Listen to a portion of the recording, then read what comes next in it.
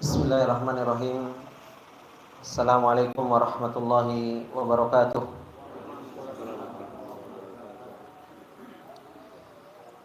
Innal hamdalillah nahmaduhu wa nasta'inuhu wa nastaghfiruh wa na'udzu billahi min shururi anfusina wa min sayyiati a'malina. May yahdihillahu fala mudilla lahu wa may yudlil fala hadiyalah. Asyhadu an la ilaha illallah wahdahu la syarika lah wa asyhadu anna Muhammadan abduhu wa rasuluh.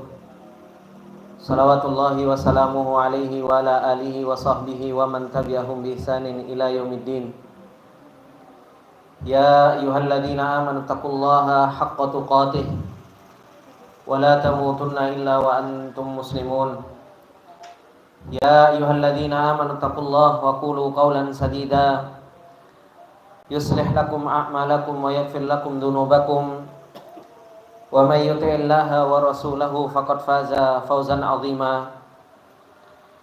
Amma ba'du, fa inna asdaqal hadithi kitabullah wa khairal hadi hadi Muhammadin sallallahu alaihi wasallam wa syarral umuri muhdatsatuha fa inna kulla muhdatsatin bid'ah wa kulla bid'atin dhalalah wa kulla dhalalatin finnar. Allahumma la ilma lana illa ma 'allamtana innaka antal alimul hakim. Allahumma arzuqna ilman nafi'an wa rizqan thayyiban wa amalan mutaqabbala. Allahumma 'allimna ma yanfa'una wa zidna ilma. Rabbi shrah li sadri wa yassir li amri wahlul 'uqdatam min lisani yafqahu qawli. Rabbi zidna ilma warzuqna fahma. Ikhwani wa akhwati fillah rahimani wa rahimakumullah jami'an.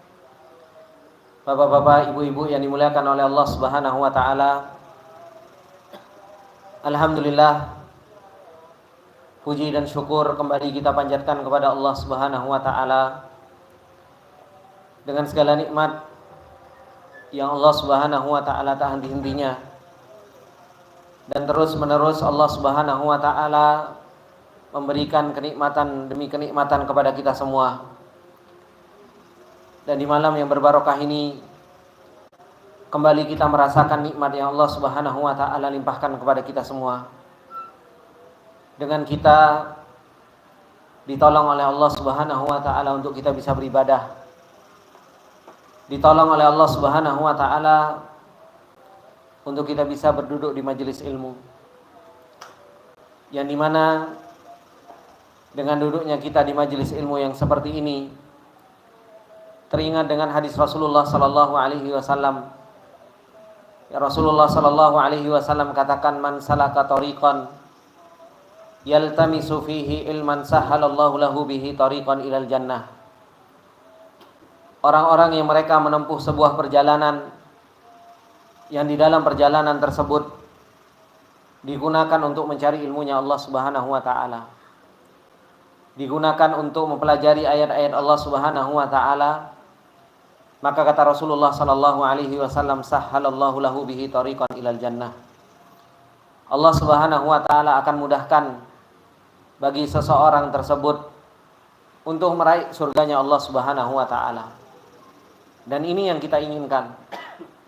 Kita menginginkan surga yang Allah Subhanahu wa taala janjikan kepada kita semua. Akan tetapi betapa banyak orang-orang yang mereka menginginkan kebahagiaan akhiratnya. Orang-orang yang mereka menginginkan surganya Allah Subhanahu wa taala, mereka tertipu dengan keinginan mereka. Mereka tidak menjalankan perjalanan orang-orang yang mereka akan mendapatkan surganya Allah Subhanahu wa taala. Oleh karena itu Allah Subhanahu wa taala mengingatkan kita di dalam surat Al-Isra. Ketika Allah Subhanahu wa taala mengatakan waman aradal akhirata wa sa'alaha yas'yaha wa huwa mu'minun faulaika kana sa'yuhum mashkura. Allah Subhanahu wa taala mengatakan di dalam ayat tersebut, kata Allah, barang siapa yang menginginkan akhirat. Dan setiap kita pasti menginginkan yang namanya akhirat. Kita pengen menikmati kehidupan akhirat kita. Kita ingin dimasukkan ke dalam surganya Allah Subhanahu wa taala. Dan kita pengen selamat di dalam perjalanan akhirat kita. Akan tetapi keinginan tersebut bukan hanya sekedar keinginan. Orang-orang yang mereka punya keinginan untuk mereka berbahagia di akhirat dan dimasukkan ke dalam surganya Allah Subhanahu wa taala, Allah Subhanahu wa taala katakan waman aradal akhirata wa sa'alaha sa'yaha. Dia harus punya usaha. Usaha di dalam perjalanan mendapatkan akhiratnya. Wa huwa mu'minun, dan dia dalam keadaan beriman kepada Allah Subhanahu wa taala. Disitulah Allah Subhanahu wa taala akan memberikan kehidupan akhirat. Makanya Allah Subhanahu wa taala katakan faulaika kana sa'yuhum mashkura. Allah Subhanahu wa taala katakan kepada orang-orang yang menginginkan akhirat dan mereka berjalan di dalam perjalanan akhirat tersebut dalam keadaan mereka beriman kepada Allah Subhanahu wa taala, Allah Subhanahu wa taala katakan faulaika kana sa'yuhum mashkura. Usaha mereka itu akan disyukuri oleh Allah Subhanahu wa taala. Usaha mereka akan diganjar oleh Allah Subhanahu wa taala. Dan kalau Allah Subhanahu wa taala sudah mensyukuri perbuatan seorang hamba, maka Allah Subhanahu wa taala katakan di dalam surat Al-Hujurat, kata Allah Subhanahu wa taala, habbaba ilaikumul iman wa zayyanahu fi qulubikum wa karraha ilaikumul kufra wal fusuqa wal isyan ulaika humur rasyidun fadlan minallahi wa ni'mah wallahu alimun hakim. Orang-orang yang mereka menginginkan akhirat dan mereka berjalan di dalam perjalanan akhirat dalam keadaan mereka beriman, disyukuri oleh Allah Subhanahu wa taala. Apa yang Allah Subhanahu wa taala akan kerjakan untuk orang tersebut? Kata Allah Subhanahu wa taala, habbaba ilaikumul iman. Orang tersebut itu akan diberikan rasa cinta terhadap yang namanya iman. Bapak Ibu yang dimuliakan oleh Allah Subhanahu wa taala, ketika kita bisa beriman kepada Allah Subhanahu wa taala dan kita bisa senang terhadap yang namanya iman ini. Ketika kita merasakan manisnya iman dan diperhias keimanan tersebut di dalam hati kita, itu semata-mata adalah merupakan taufik dari Allah. Itu tanda-tanda Allah Subhanahu wa taala itu mensyukuri perbuatan kita. Itu adalah merupakan alamat bahwasanya Allah Subhanahu wa taala kana sa'yuhum mashkura, kata Allah. Orang itu disyukuri oleh Allah Subhanahu wa taala perbuatannya, makanya Allah Subhanahu wa taala apa? Habbaba ilaikumul iman wa zayyanahu fi qulubikum. Kok senang kita berbicara tentang masalah iman? Senang kita di dalam membaca Al-Qur'an. Senang kita di dalam salat. Senang kita duduk bermajelis ilmu dan diperhias hati kita untuk kita bisa melakukan ketaatan-ketaatan tersebut. Itu adalah merupakan apa?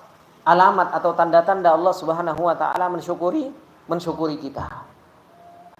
Taufik dari Allah Subhanahu wa taala. Wa karraha ilaikumul kufra wal fusuqa wal isyan, dan dijadikan hati kita itu enggak suka terhadap yang namanya kefasikan dan kemaksiatan. Makanya Allah Subhanahu wa taala mengatakan orang-orang yang seperti ini, apa kata Allah Subhanahu wa taala? Ulaika humur rasyidun. Mereka adalah orang-orang yang mendapat bimbingan dari Allah.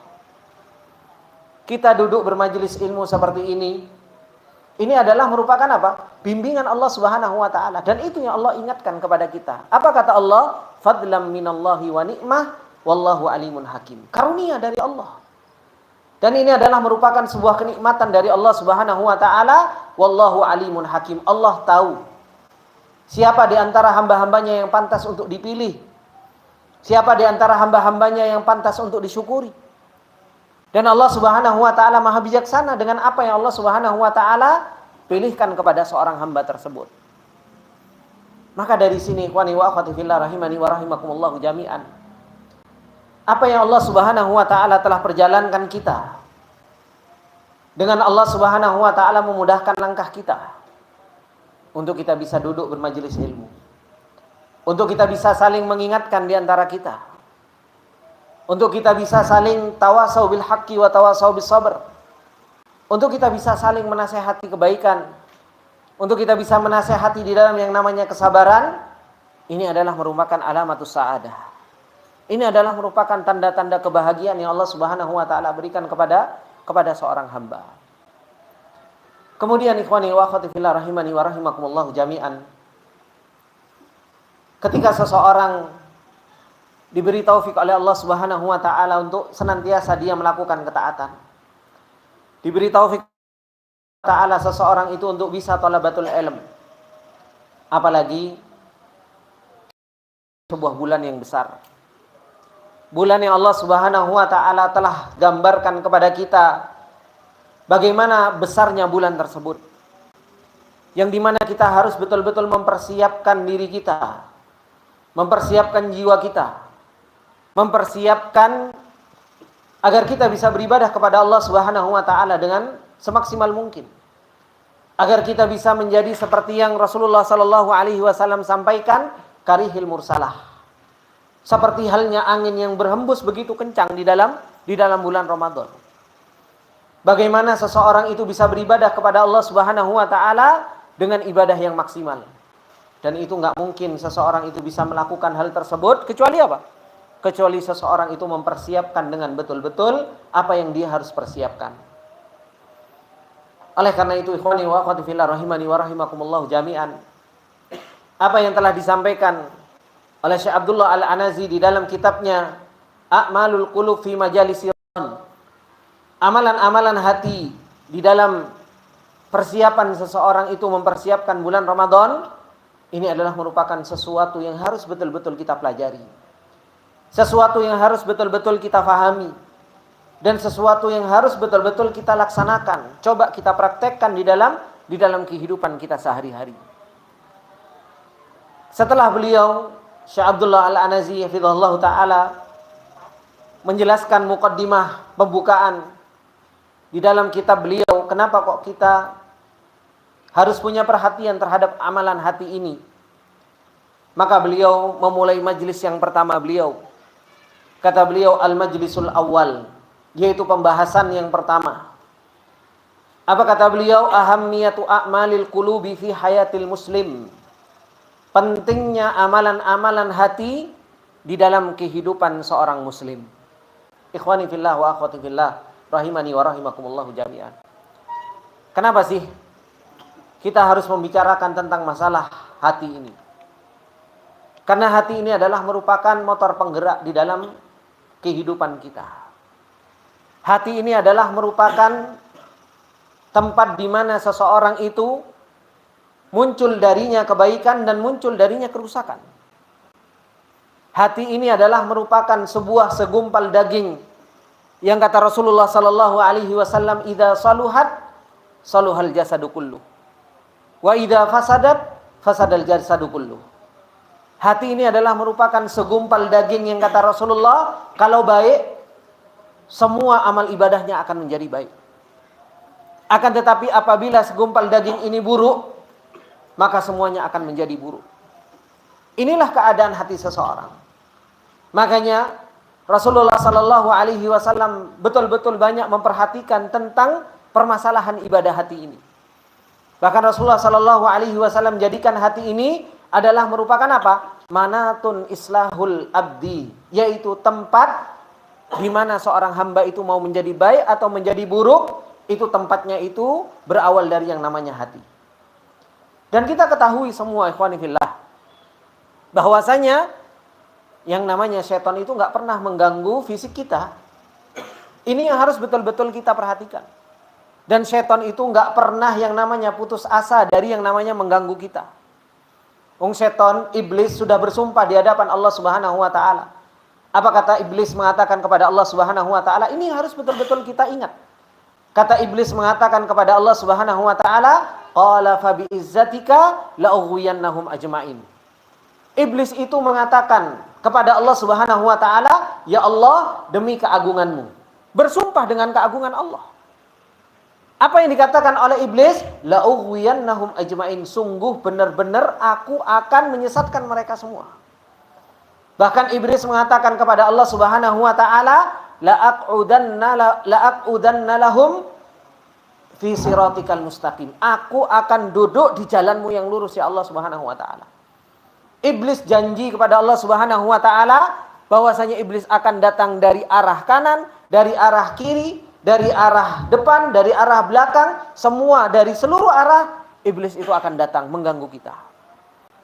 Bapak Ibu yang dimuliakan oleh Allah Subhanahu wa taala. Kalau kita tahu bahwasanya iblis enggak pernah berhenti mengganggu kita dan ternyata mereka menginginkan kerusakan dari kita, apa kira-kira kita akan lalai? Kalau ada musuh yang setiap hari berusaha untuk membinasakan kita.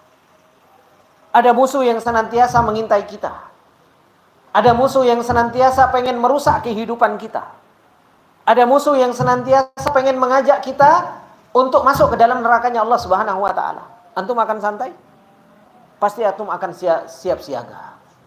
Mungkin tidurnya kita pun gak akan pernah nyenyak. Kenapa? Kalau kita tahu bahwasanya musuh setiap waktunya dan mereka mampu untuk membinasakan kita dan mengajak kita di dalam kesengsaraan, kira-kira kita mau siap? Kira-kira kita mau lalai? Gak mungkin kita akan lalai. Dan yang diincar dari yang namanya iblis ini, itu gak pernah iblis itu ngeplak kepala kita, itu gak pernah, Pak. Gak pernah dia juga, Pak, ngampleng kepala kita, itu juga gak pernah. Iblis juga gak pernah jegal kita, gak pernah nyubit kita, gak pernah. Jewer kita juga gak pernah. Tetapi yang selalu diincar oleh iblis itu, yaitu apa? Hati kita. Makanya iblis itu Allah Subhanahu wa taala kabarkan di dalam ayatnya bagaimana mendatangi Ibnu Adam itu dengan wasawis. Wala tattabi'u khutuwatis syaiton, dengan khutuwat. Ya kan? Allah Subhanahu wa taala menyebutkan bagaimana iblis itu menyesatkan manusia itu pertama dengan waswas, dengan khutuwat, dengan nazagot. Dan itu semua bukan masuk ke dalam yang sesuatu yang dohir kita ini, tetapi masuk ke dalam hati kita. Itu semua sesuatu yang menyerang ke dalam hati kita. Oleh karena itu ikhwani wa akhwati fillah rahimani wa rahimakumullah jami'an, beliau menjelaskan kepada kita semua ahammiyatu a'malil qulub fi hayatil muslim. Pentingnya amalan-amalan hati ini di dalam kehidupan seorang muslim. Jangan sampai kita sebagai seorang muslim ternyata apa? Kita enggak punya ibadah hati. Abu Bakar radhiyallahu taala anhu, Bapak Ibu yang dimuliakan oleh Allah Subhanahu wa taala, menjadi orang yang paling mulia setelah Rasulullah. Karena apa? Bukan karena banyaknya sholat, bukan karena banyaknya zakat, bukan karena banyaknya puasa, tetapi sebagaimana yang dikatakan oleh para salafus saleh, Abu Bakar menjadi Abu Bakar dan yang paling mulia di sisi Allah Subhanahu wa taala, ma waqara fi qalbihi, apa yang tertancap di dalam hatinya Abu Bakar itu yang menjadikan Abu Bakar radhiyallahu taala anhu mulia. Maka dari situ pentingnya untuk kita memperhatikan tentang amalan-amalan hati ini, jangan sampai apa? Kita lalai dari amalan-amalan hati ini. Beliau mengatakan, Syekh Abdullah Al-Anazi, alhamdulillahirabbil alamin. Wassalatu wassalamu ala asyrafil anbiya'i wal mursalin nabiyina Muhammadin wa ala alihi wa sahbihi ajmain wa ba'du. Setelah beliau memuji Allah Subhanahu wa taala dan bersalawat kepada Rasulullah sallallahu alaihi wasallam beserta keluarganya, para sahabatnya dan para pengikutnya semuanya, beliau mengingatkan kita. Kata beliau, laqad khalaqallahu jalla wa ala al-khalqa li ghayatin uzma. Allah Subhanahu wa taala sungguh telah menciptakan makhluk itu untuk tujuan yang sangat besar. Ini yang harus kita ingat di dalam perjalanan kita. Betapa banyak di antara kita yang kita lupa dengan tujuan kita diciptakan oleh Allah Subhanahu wa taala. Di lisan kita sering mendengar. Di pengajian-pengajian kita sering mendengar bahwasanya kita diciptakan untuk apa? Untuk beribadah. Bahkan ayat itu adalah merupakan ayat yang sering kita dendang-dendangkan, yang sering kita ucapkan, wa ma khalaqtul jinna wal insa illa liya'budun. Tapi prakteknya mana? Kita diciptakan untuk beribadah kepada Allah. Prakteknya mana? Bahwasanya kita diciptakan oleh Allah untuk kita tunduk dan patuh kepada Allah Subhanahu wa taala. Lebih banyak mana kita beribadah kepada Allah Subhanahu wa taala daripada enggak beribadah kepada Allah Subhanahu wa taala? Lebih banyak mana kita ingat sama Allah Subhanahu wa taala dengan kita lalai dari Allah Subhanahu wa taala? Padahal ayat tersebut adalah merupakan ayat yang masuk nancep ke dalam pikiran kita dan sering kita ucapkan di dalam lisan kita. Makanya Allah Subhanahu wa taala mengatakan, fadzakir fa inna dzikra tanfaul mu'minin. Ingatkanlah.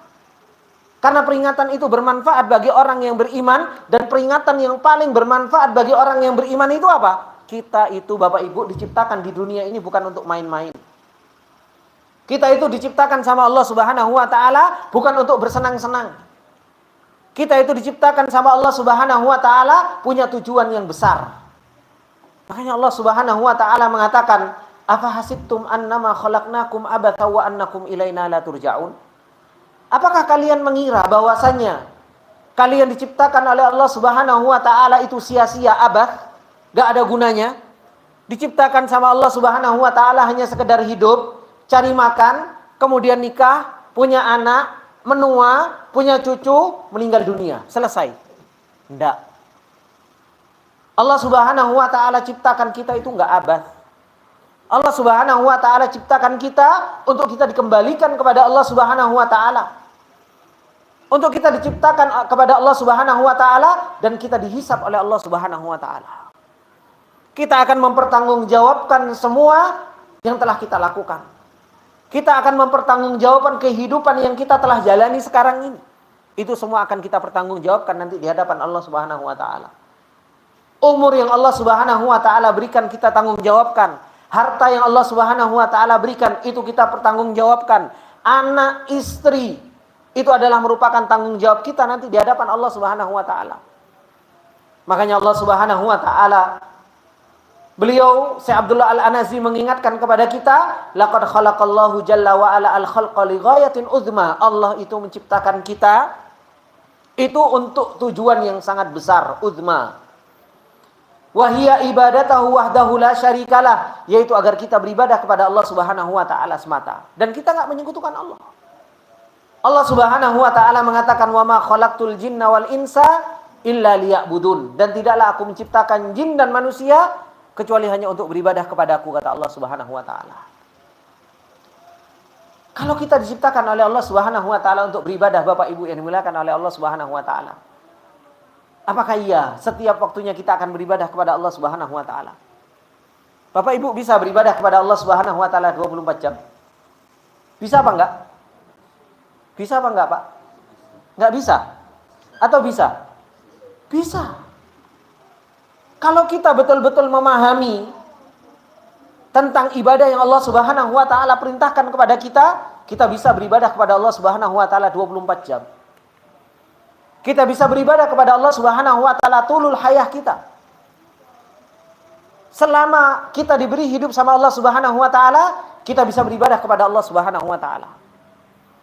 Makanya beliau Syekhul Islam Ibnu Taimiyah rahimahullah taala ketika mendefinisikan ibadah, apa kata beliau? Waqad arrafa Syekhul Islam Ibnu Taimiyah rahimahullah taala al-ibadata ta'rifan jami'an.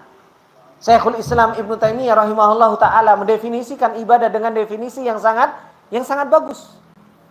Apa kata beliau? Al-ibadatu hiya ismun jami'un likulli ma yuhibbuhullahu wa yardahu minal aqwali wal a'malil batinati wal zahirah. Ini yang namanya ibadah, Bapak Ibu. Kata beliau, yang namanya ibadah itu adalah merupakan sebuah nama. Yang nama tersebut jami'un likulli ma yuhibbuhullahu wa yardahu. Nama tersebut adalah merupakan sebuah nama yang Allah Subhanahu wa taala cintai dan Allah Subhanahu wa taala ridhoi. Baik itu berupa perkataan, baik itu berupa amalan, baik itu amalan yang batin maupun amalan yang dohir, itu adalah merupakan ibadah. Itu yang disebut ibadah.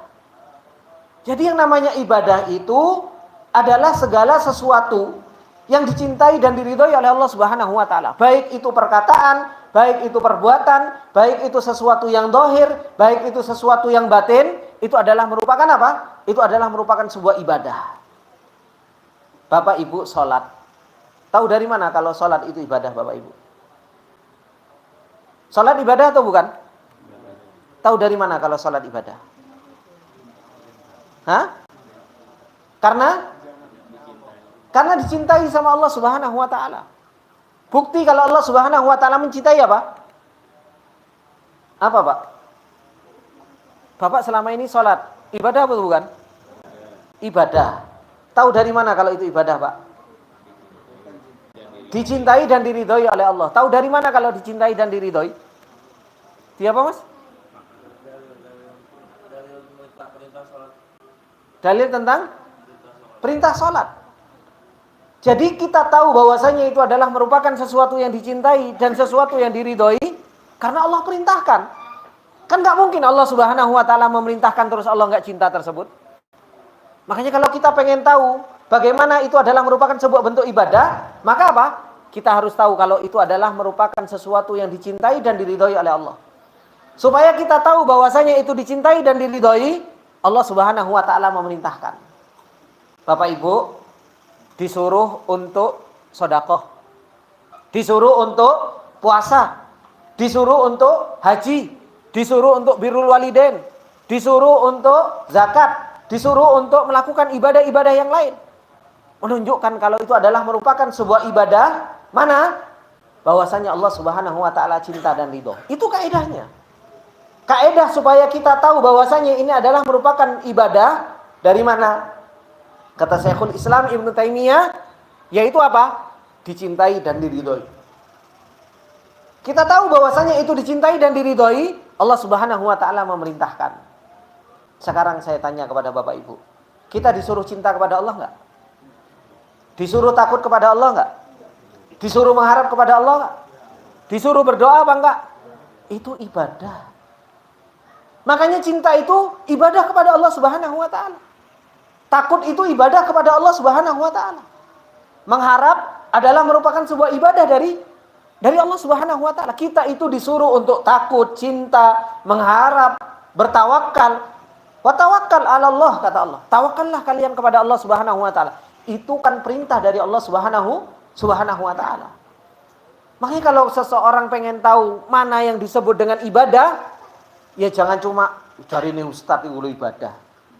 Loh gimana menuntut ilmu, duduk di majelis ilmu bertahun-tahun, gimana bedakan ibadah sama enggak ibadah? Kok enggak paham-paham? Ya? Pindah dari halakoh satu ke halakoh yang lain, dari halakoh lain ke halakoh lain, ditanya, sholat ibadah? Ibadah. Dalilnya mana? Enggak ngerti, Ustaz, pokoknya ibadah. Orang itu harus paham. Beribadah sesuai dengan apa yang Allah Subhanahu wa taala perintahkan. Kalau Allah perintahkan, berarti Allah ridhoi. Allah cintai, menunjukkan bahwasanya itu adalah merupakan sebuah ibadah. Makanya beliau Syekhul Islam Ibnu Taimiyah rahimahullah taala mengatakan apa? Al ibadatu hiya ismun jami'un likulli ma yuhibbuhullahu taala wa yardahu minal aqwali wal a'malil batinati wad dhahirati. Ini yang disebut dengan ibadah. Maka beliau memberi contoh, fas-sholatu waz-zakatu was-siyamu wal hajju ila an qala rahimahullahu taala wa kadzalika hubbullah wa rasulihi wa khasyatuhu wal inabatu ilaihi wa ikhlasud dini lahu, itu minal ibadah. Kemudian beliau Syekhul Islam Ibnu Taimiyah rahimahullahu taala memberikan contoh yang namanya ibadah itu apa sih?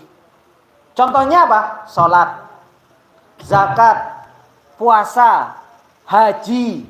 Ini yang disebut dengan ibadah. Kenapa? Karena Allah Subhanahu wa taala cinta dan ridho. Bukti kalau Allah cinta dan ridho, Allah Subhanahu wa taala memerintahkannya. Allah memerintahkannya. Dan selain hingga sampai perkataan beliau Syekhul Islam, begitu pula yang namanya ibadah itu hubbullah, cinta kepada Allah Subhanahu wa taala. Ini ibadah. Begitu pula cinta kepada Rasul, ini juga ibadah. kemudian takut kepada Allah, kembali kepada Allah, dan mengikhlaskan seluruh perkara agama ini untuk Allah, itu adalah merupakan sebuah ibadah yang besar. Maka ibadah itu bukan hanya sekedar maaf sholat, zakat, puasa, haji, tapi ibadah yang disebut dengan ibadah batin. Ibadah itu adalah merupakan ibadah hati. Cinta kepada Allah, tawakal kepada Allah, mengharap kepada Allah, balik kepada Allah, itu adalah merupakan apa? Adalah merupakan ibadah hati. Maka beliau, Syekh Abdullah Al-Anazi, beliau mengatakan, wa min hadat ta'rifi al-jami'i li anwa'il ibadah yatabayyanu annal ibadata tanqasimu ila qismaini. Dan dari pengertian ini, dari definisi Syekhul Islam, maka kita mengetahui bahwasannya apa? Ibadah itu terbagi menjadi dua. Ada ibadah aqwalun wa a'malun dhahirah. Ada ibadah itu berupa ucapan dan amalan-amalan dhahir. Ya kan? Antum ada yang namanya apa? Aqwalun wa a'malun dhahirah. Ada perkataan dan ucapan yang dhahir. Apa aqwalun wa a'malun dhahirah? Antum mengucapkan subhanallah, walhamdulillah. Ini perkataan yang dhahir. Antum istighfar. Ini adalah merupakan apa? Sebuah ibadah. Terkadang kita naik motor, naik motor saja kita lupa ibadah kok. Ya kan? Kadang kita nganter anak sekolah, ya kan? Kadang kita berangkat ke kantor. Kadang kita bepergian naik motor atau naik mobil. Kadang kita lupa untuk beribadah kepada Allah Subhanahu wa taala. Padahal kita bisa beribadah kepada Allah dengan apa? Dengan perkataan. Kita bisa istighfar. Ya kan? Kita bisa bertasbih, kita bisa tahlil, kita bisa tahmid, kita bisa baca Al-Quran. Itu aqwalun dhahirah. Itu perkataan yang dhahir. Begitu pula apa? Amalan-amalan dhahir. Kita sholat, kita puasa, kita zakat, kita haji, kita umroh, kita berbuat baik kepada orang tua, nyingkirkan batu dari jalan. Itu adalah merupakan apa? Ibadah yang berupa amalan dhahir. Yang ini semua disebut dengan apa? A'malul jawarih. Ini disebut dengan amalan-amalan anggota tubuh. Ini jenis yang pertama dari yang namanya ibadah. Kemudian di sana ibadah yang kedua yaitu apa? Aqwalun wa a'malun batinatun, yaitu perkataan dan amalan. Perkataan dan amalan-amalan yang batin. Sekarang saya tanya Bapak Ibu. Tadi ada perkataan dohir. Ibadah berupa perkataan apa? Perkataan dohir. Subhanallah, alhamdulillah, ya kan? Allahu Akbar, istighfar dan lain sebagainya. Nah, beliau mengatakan ada aqwalun, ada perkataan-perkataan batin. Ini ibadah. Apa sih Pak? Aqwalun batin itu apa sih Pak? Perkataan-perkataan batin ini adalah ibadah. Apa Pak? Aqwalun batin itu apa Pak? So, antum iki umur apa? Niat. Oh, rasa takut. Apa bedanya aqwalun batin sama amalan batin terus? Kalau batin rasa takut itu di dalam hati. Itu amal atau perkataan batin? Perkataan. Oh, itu amal. Takut, cinta, tawakal, itu amalan batin. Masa iya sampai sekarang terus kita nggak pernah beribadah aqwalun batin itu? Hah? Zikir dalam hati gimana? Kayak wong sufi ngono, meneng ngono. Hah? Ikhlas, sabar, itu semua amalan batin. Apa yang disebut dengan aqwalun batin itu apa? Hah? Gak enak saya ngerti, Pak. Wah, iki terus meyakini apa? Ini dari 4 yang disebutkan sama Syekh Abdullah Al-Anazi. Ini sebenarnya antum harus paham. Dan inilah antum harus membangun iman itu dari sini. Kalau nggak paham ini, gimana kita mau membangun iman? Nggak pernah ketemu. Aqwalun batin itu, sebagaimana yang disebutkan oleh Syekhul Islam Ibnu Taimiyah di dalam kitab Aqidah Wasithiyah. Mas Adi sudah belajar Aqidah Wasithiyah. Pak Ujang sudah belajar Aqidah Wasithiyah. Cuma jarang merojaah. Makanya apa? Lali. Ya kan? Aqwalun batin itu apa? Al-ma'rifah wal iqrar. Yaitu kita kenal, itu aqwalun batin. Iqrar menetapkan, itu adalah merupakan aqwalun batin. Nah, untuk seseorang itu bisa masuk ke dalam yang namanya iman itu, tahapan yang pertama itu justru malah aqwalul batin ini. Dari aqwalul batin itu akan muncul amalul batin. Dari amal batin akan muncul apa? Aqwal dan amal jawarih. Jadi dari 4, di sini makanya ada aqwal, ada amal dohiroh, ada aqwal, ada amal batin. Paham Pak yang saya maksud? Di situ ada 4 kan? Di buku jenengan ada 4 itu. Pertama ada qaulun dohir. Seperti apa qaulun dohir itu? Tasbih, tahlil, tahmid, istighfar. Itu yang disebut dengan apa? Qaulun dohir. Ada amalan dohir. Amalan dohir itu apa? Zakat, sholat, puasa, haji, dan lain sebagainya itu amalan dohir. Di situ ada qaulul batin, ada perkataan batin. Apa ini perkataan batin? Ini al-ma'rifah wal iqrar. Al-ma'rifah wal iqrar. Kemudian di situ ada amalan batin. Apa itu amalan batin? Cinta, sabar, takut, rojak, tawakal. Itu semua disebut dengan amalan apa? Amalan batin, Pak. Nah, dari 4 ini, mana yang harus antum dahulukan? Mana yang antum harus dahulukan? Apa, Pak? Aqwal batin.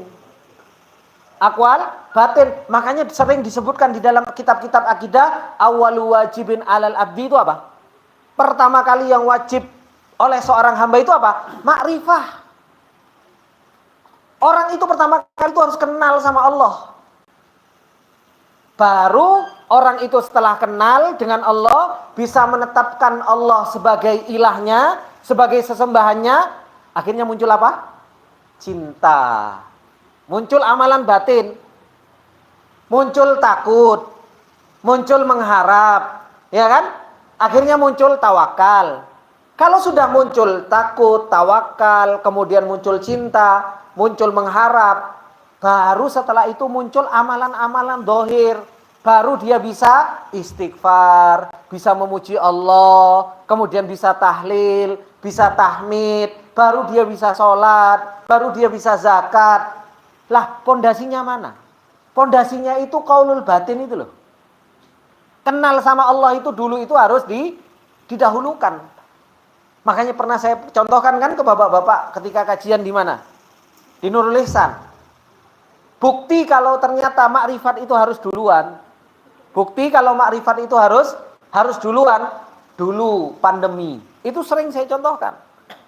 Ketika bapak-bapak nggak kenal itu apa corona, ya kan? Ketika bapak-bapak nggak kenal bagaimana itu corona dan bahayanya corona, mau salaman, mau nggak pakai masker, mau duduk dan lain sebagainya, itu apa? Ya biasa-biasa saja.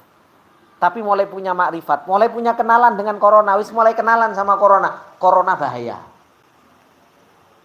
Setelah corona bahaya, muncul apa dalam hati? Takut. Muncul cinta nggak? Muncul cinta nggak ketika corona kenal? Ya muncul cinta terhadap diri sendiri kok. Muncul roja nggak? Muncul pengen selamat. Ya kan? Setelah muncul kenal sama corona, delok di Google, dilihat ciri-cirinya gini, mulai muncul pengenalan. Baru muncul rasa takut, baru muncul rasa cinta, muncul rojak. Akhirnya apa yang dibicarakan? Corona. Mulai muncul pembicaraan corona. Wih, hati-hati corona. Social distancing. Hati-hati pakai masker, ojo salaman. Semua yang dibicarakan corona. Setelah itu ada perbuatan nggak? Ada. Apa perbuatannya? Nggak gelem salaman, ketemu karo wong nggak mau, gitu kan? Habis itu pakai masker. Itu kan semua amal perbuatan. Seperti itulah Bapak Ibu yang dimuliakan oleh Allah Subhanahu wa taala, orang itu akan bisa muncul amalan-amalan dohir, akan bisa muncul amalan-amalan batin. Kapan? Kalau dia punya makrifat. Antum sama Ramadan nggak kenal, ya? Yang dikenal Ramadan tempat masak-masak, tempat makan enak, Ya sudah, akhirnya Ramadan itu dijadikan ajang untuk apa? Mangan. Akhirnya Ramadan itu dijadikan ajang untuk apa? Untuk buka bersama. Kenapa? Wong kenalnya itu Ramadan itu tempat buka bersama, tempat makan enak, tempat ini dan itu. Coba kalau kita masukkan data tentang Ramadan itu, masukkannya ini syahrul maghfirah, ini syahrul rahmah, ini syahrul Quran, ini syahr yang Allah Subhanahu wa taala muliakan dibandingkan bulan-bulan yang lain. Data itu harus kuat masuk di dalam hati. Ya kuat akhirnya kita mengharap untuk beribadah dalam bulan Ramadan. Itu berawal dari mana? Berawal dari makrifat. Itu amalan hati atau bukan? Amalan hati. Makanya kita belajar di sini itu untuk benerin hati kita, Pak Bu. Kita duduk bareng-bareng di sini supaya apa? Supaya kita ngingetkan bahwasanya apa? Kita mau bertemu dengan bulan Ramadan. Bulan apa ini bulan Ramadan? Bulan yang Allah turunkan rahmatnya, Allah buka pintu surganya, ditutup pintu neraka. Kemudian apa? Seton-seton dibelenggu. Di sini kesempatan kita untuk mendapatkan ampunan dan lain sebagainya. Maka kita bisa beribadah kepada Allah Subhanahu wa taala. Kapan? Kalau kita bisa kenal dengan bulan Ramadan ini.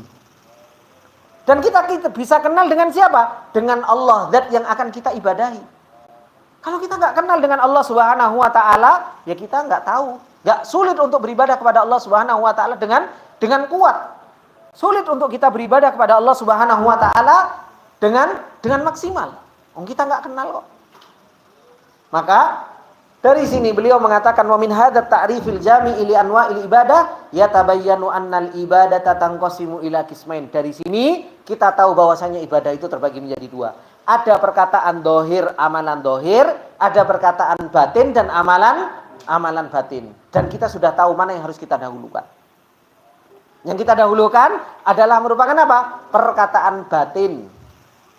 Supaya apa? Muncul amalan batin. Setelah muncul amalan batin, maka akan muncul perkataan dohir dan akan muncul apa? Amalan dohir. Kemudian kata beliau, wali bayani ahammiyati a'malil qulub fi hayatil muslim. Karena pentingnya untuk menjelaskan amalan-amalan hati di dalam kehidupan seorang muslim secara umum, wa fi syahri Ramadan khususan, dan di bulan Ramadan secara khusus, kata beliau, la buddalaha min muqaddimatin yasiratin. Maka harus ada pembukaan sedikit yang pengen disampaikan oleh beliau. Apa kata beliau? Ala wahiyya. Beliau mengatakan, inna fi aman minal muslimina yadhunnuna anna a'malal qulubi kal muhabbati wal khawfi wal raja'i wal ikhlasi was sidqi wat taslimi wal khusyu'i wa ghairiha min a'malil qulubi hiya min a'malil fadilatil mustahabbah. Ini yang beliau ingin sampaikan dulu kepada kita.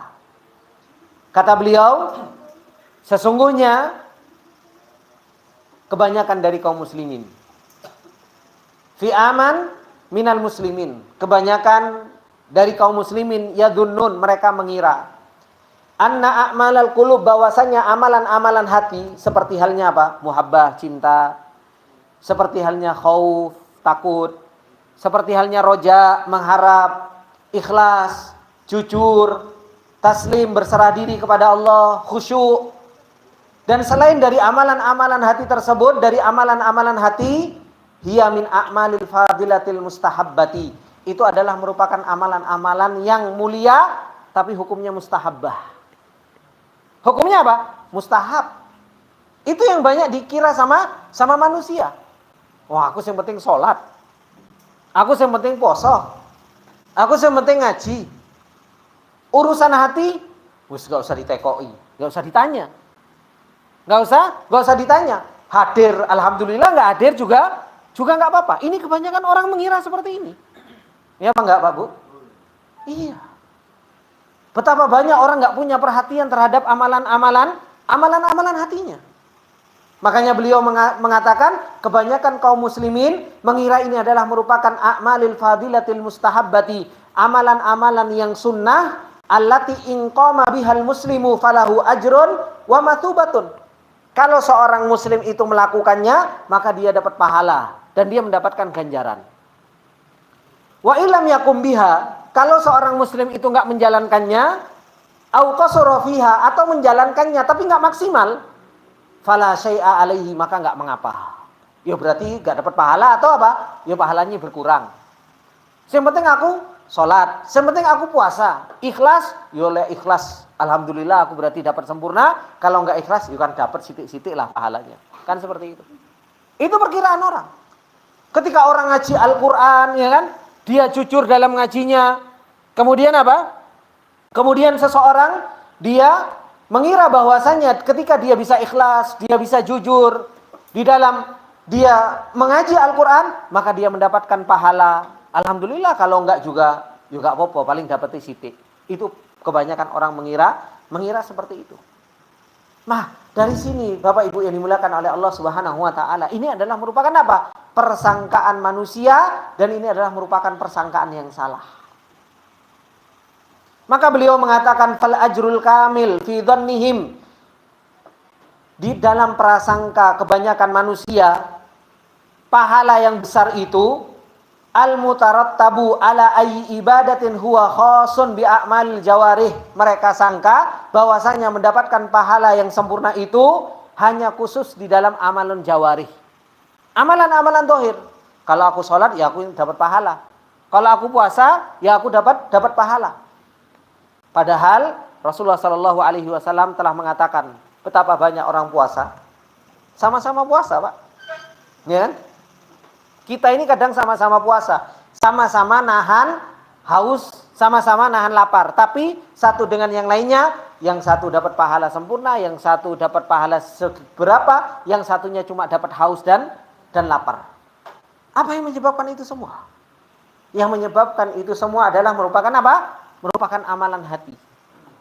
Yang menjadikan itu semua, itu adalah merupakan a'malul qulub. Makanya beliau mengatakan famata maqama bihal abdu dhahiran faqad addal wajiba wa akhadhal ajra kamilan. Ini persangkaan orang. Kata beliau, kapan seorang hamba itu melakukan amalan yang dhahir, maka dia telah menunaikan kewajibannya, maka dia telah mengambil pahala yang sempurna. Ini prasangkaan kebanyakan orang. Amma a'malul qulub, adapun amalan-amalan hati, al-muttasilatu bitilkal ibadah, adapun amalan-amalan hati yang bersambung dengan ibadah tersebut, fa in atabiha falahu ajr. Kalau bisa mendatangkannya, maka dia mendapatkan pahala. Wa illam ya'ti biha fala syai'a. Kalau seseorang itu enggak bisa mendatangkannya, maka tidak mengapa. Fala syai'a alaihi, maka tidak mengapa. Kata beliau, wa hadzal amru fil haqiqati ghairu sahihin. Perkara ini pada hakikatnya adalah merupakan perkara yang enggak benar. Perkara yang salah, persangkaan manusia yang salah. Kenapa kata beliau? Dzalika anna kulla ibadatin minal ibadati laha janiban. Karena setiap ibadah itu punya dua sisi. Ada janibun dhahir, ada sisi yang dhahir, wa huwa a'malul jawari, dan itu adalah merupakan amalan anggota tubuh, wa janibun batin, dan ada sisi yang batin. Wa hiya a'malul qulub, dan itu adalah merupakan apa? Amalan-amalan hati. Wa kilahuma dakhilun fi tilkal ibadah, dan keduanya masuk di dalam ibadah tersebut. Kama annahuma sababun fil ajr, karena keduanya itu adalah merupakan sebab untuk mendapatkan pahala. Nah, dari sini ikhwani wa akhwati fillah, kita harus punya perhatian yang kuat terhadap yang namanya amalan apa? Amalan hati. Dan yang perlu kita ketahui, kalau tadi kita diperintahkan oleh Allah Subhanahu wa taala, kita diciptakan oleh Allah untuk beribadah. Antum bisa ibadah zahir sepanjang waktu, Pak, Bu? Bisa nggak? Oh, nggak bisa. Tapi antum bisa amalan batin sepanjang waktu? Bisa. Ya kan? Makanya ibadah zahir itu ada kaitannya dengan waktu dan ada kaitannya dengan tempat. Tapi kalau ibadah batin itu nggak ada kaitannya waktu, nggak ada kaitannya dengan tempat. Bahkan maaf, antum di kamar mandi, antum bisa beribadah batin. Coba kalau ibadah zahir di kamar mandi, boleh apa enggak? Enggak boleh. Tapi seseorang itu bisa beribadah kepada Allah Subhanahu wa taala di dalam kamar mandi. Ibadah apa? Wong antum bisa kencing dalam hati, punya rasa syukur, cinta sama Allah, ya kan? mengagungkan Allah dengan nikmat yang Allah berikan, bisa buang air saja, itu ibadah atau bukan? Ibadah kok. Tapi antum suruh ngaji di dalam kamar mandi, tidak boleh. Dulu sholat di dalam kamar mandi, tidak bisa. Makanya ibadah batin itu tidak ada kaitannya dengan tempat, tidak ada kaitannya dengan waktu. Berbeda dengan ibadah dohir. Kalau ibadah dohir, coba antum konsolat, gitu, konsolat 2 jam berturut-turut, ya kan? 3 jam suruh ibadah, sholat aja. Yang ada apa? Sekali gemeter, kan seperti itu. Sholat sejam aja, sholat tarawih aja, Ustaz cek suwine kira, kan seperti itu. Kan seperti itu. Tapi kalau amalan batin, subhanallah, antum mengagungkan Allah, membesarkan Allah, ya kan? Cinta kepada Allah, punya rasa takut kepada Allah, mengharap kepada Allah, keluar rumah tawakal kepada Allah. Tawakal kepada Allah, dari keluar rumah wislah aku tawakal kepada Allah, keluar rumah bapak-bapaknya, ya kan? Kemudian dia berdoa, bismillah tawakkaltu 'alallah, dia berangkat kerja, pokoknya tawakal kepada Allah, urusan rezeki, subhanallah, seharian antum ibadah batin. Tapi betapa banyak di antara kita yang apa? Terus berangkat kerja, yang penting udah berangkat kerja. Lupa tawakalnya, lupa mengharapnya, ya kan? Akhirnya apa? Akhirnya di dalam kerjaan sehari-hari yang nggak beribadah kepada Allah Subhanahu wa taala. Makanya orang berilmu itu, orang kalau punya ilmu, sehari-hari dia bisa beribadah kepada Allah Subhanahu wa taala. Bukan hanya sekedar ibadah, bukan sekedar ibadah zahir, tapi apa? Ibadah batinnya yang kuat. Ibadah batinnya yang kuat. Dan kebanyakan orang mengira bahwasanya ibadah zahir itu lebih kuat daripada ibadah batin. Belum tentu. Belum tentu. Saya itu pernah sampaikan ke istri Bapak. Ya kan? Ketika anak kadang sakit, ya kan? Anak sakit. Yang di rumah siapa? Istri, ya kan? Itu dikasih kesempatan ibadah dohir sama Allah. Ya? Dikasih kesempatan untuk wilayah beribadah. Di depannya ada kesempatan ibadah kok ngurusi anaknya yang sakit. Ya kan? Tapi terkadang apa? Mas balik mas. Ya kan? Anak iloro, gitu. Bukan anak iloro, anak iloro gitu. Anaknya sakit gitu kan. Anaknya sakit. Ya kita sampaikan, itu wilayah dan kesempatan yang Allah berikan kepada kamu untuk beribadah dohir. Bisa nggak kita beribadah ketika itu?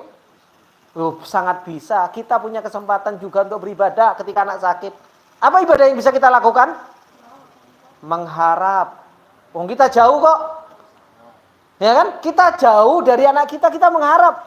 Bahkan terkadang ibadah yang kita lakukan itu efeknya itu jauh lebih besar daripada ibadah dohir.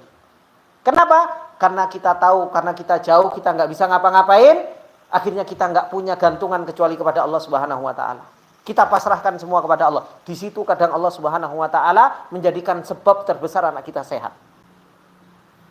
Cuma kan kadang kita ini lempar-lemparan wilayah ibadah. Dikasih ketemu ibadah, tak lemparkan ke suami. Suami seperti itu. Dikasih kesempatan ibadah, tak lemparkan kepada istri. Terus kita lemparan-lemparan ibadah. Katanya pengen masuk surga.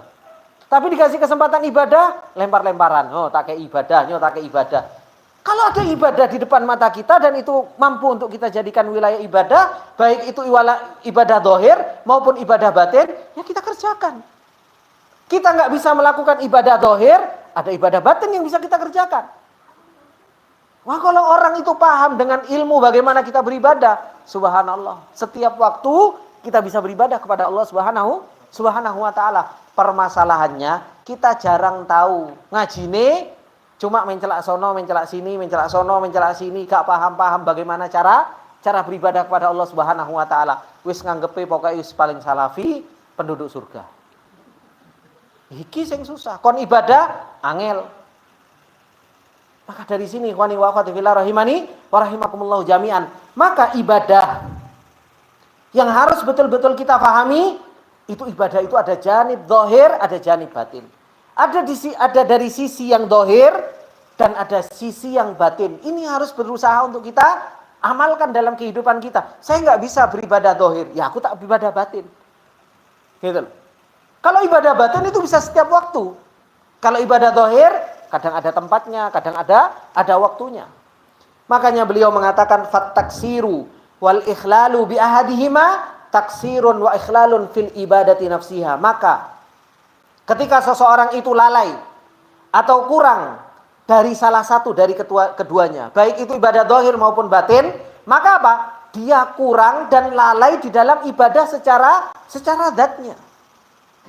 Bal inna taksira fi a'malil qulub, bahkan kata beliau apa? Kurang di dalam amalan-amalan hati, atau kita nggak maksimal di dalam amalan-amalan hati, qad yang kusul ajro a'dham minat taksiri fi a'malil jawarih. Bahkan terkadang seseorang ketika dia lalai tidak beramal dengan amalan hati, itu bahkan bisa menghilangkan amalan seluruhnya. Bisa menghilangkan amalan seluruhnya. Tapi terkadang ada orang dia nggak beramal amalan dohir, tapi apa? Dia punya amalan batin, tapi pahalanya seperti amalan dohir. Ini hebatnya amalan batin, Pak, Bu. Buktinya apa? Allah Subhanahu wa ta'ala mengatakan di dalam ayatnya, kata Allah Subhanahu wa ta'ala ketika mengatakan firman Allah Subhanahu wa ta'ala dalam surat At-Taubah, Allah mengatakan apa? La ajidu ma ahmilukum alaihi tawallaw wa a'yunuhum tafidu minad dam'i hazanan alla yajidu ma yunfikun. Orang-orang itu ketika di Madinah, mereka itu enggak punya harta benda. Enggak punya harta benda. Ketika para sahabat itu berangkat untuk melakukan jihad, mereka mengatakan apa? La ajidu ma ahmilukum, ya Allah, aku enggak mendapatkan sesuatu yang aku akan bawakan kepadamu. Enggak mampu untuk memberikan bekal kepada para sahabat. La ajidu ma ahmilukum alaihi. Tapi apa yang dirasakan oleh mereka para sahabat yang enggak bisa memberikan hartanya tersebut? Wa ayunuhum tafidu minad dam'i, tapi mata-mata mereka menangis, Bapak Ibu. Kenapa? Hazanan, mereka sedih. Allah yajidu ma yunfikun. Kenapa kok saya nggak punya harta sehingga saya bekalkan kepada orang-orang yang berjihad di jalan Allah?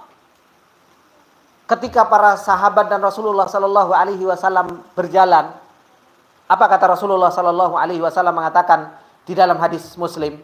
Kata Rasulullah Sallallahu Alaihi Wasallam mengatakan apa? Inna bil madinati lari jalan. Sesungguhnya ada orang-orang di Madinah. Ada orang-orang yang mereka di Madinah apa? Masirtum masiro. Mereka nggak berjalan seperti jalannya kalian. Mereka nggak berjalan seperti yang kalian jalankan sekarang. Kemudian wala qata'tum wadiyan.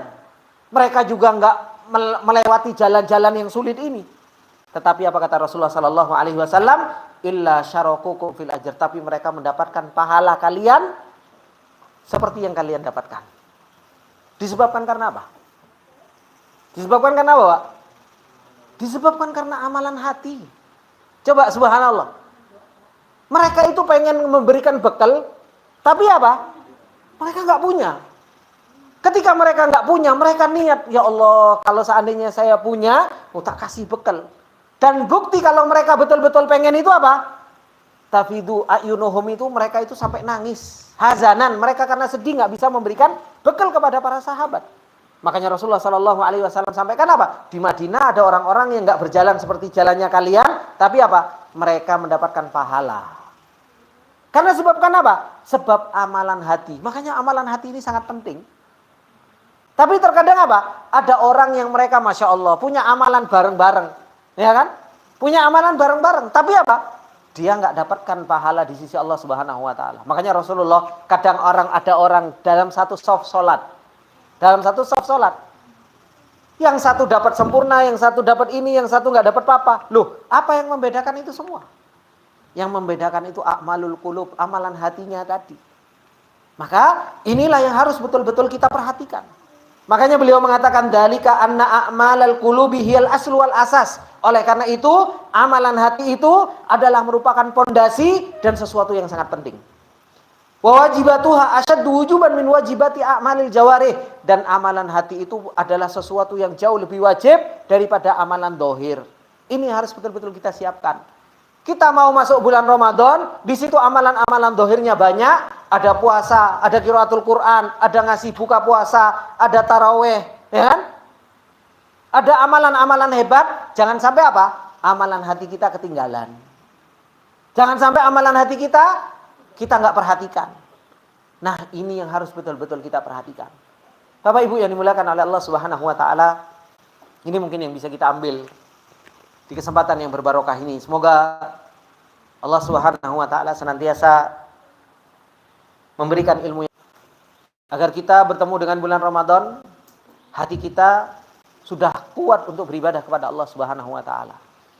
Jangan sampai kita bertemu dengan bulan Ramadan dan akhirnya kita justru malah sia-sia, enggak bisa kuat kita di dalam beribadah kepada Allah Subhanahu wa taala karena lemahnya hati kita. Karena masih sibuknya hati kita dengan urusan-urusan yang melalaikan dari Allah Subhanahu wa taala.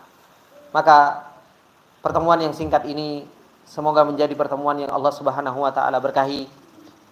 Kita tutup dengan doa kafaratul majelis. Subhanakallahumma wa bihamdika asyhadu an la ilaha illa anta astaghfiruka wa atubu ilaik. Assalamualaikum warahmatullahi wabarakatuh.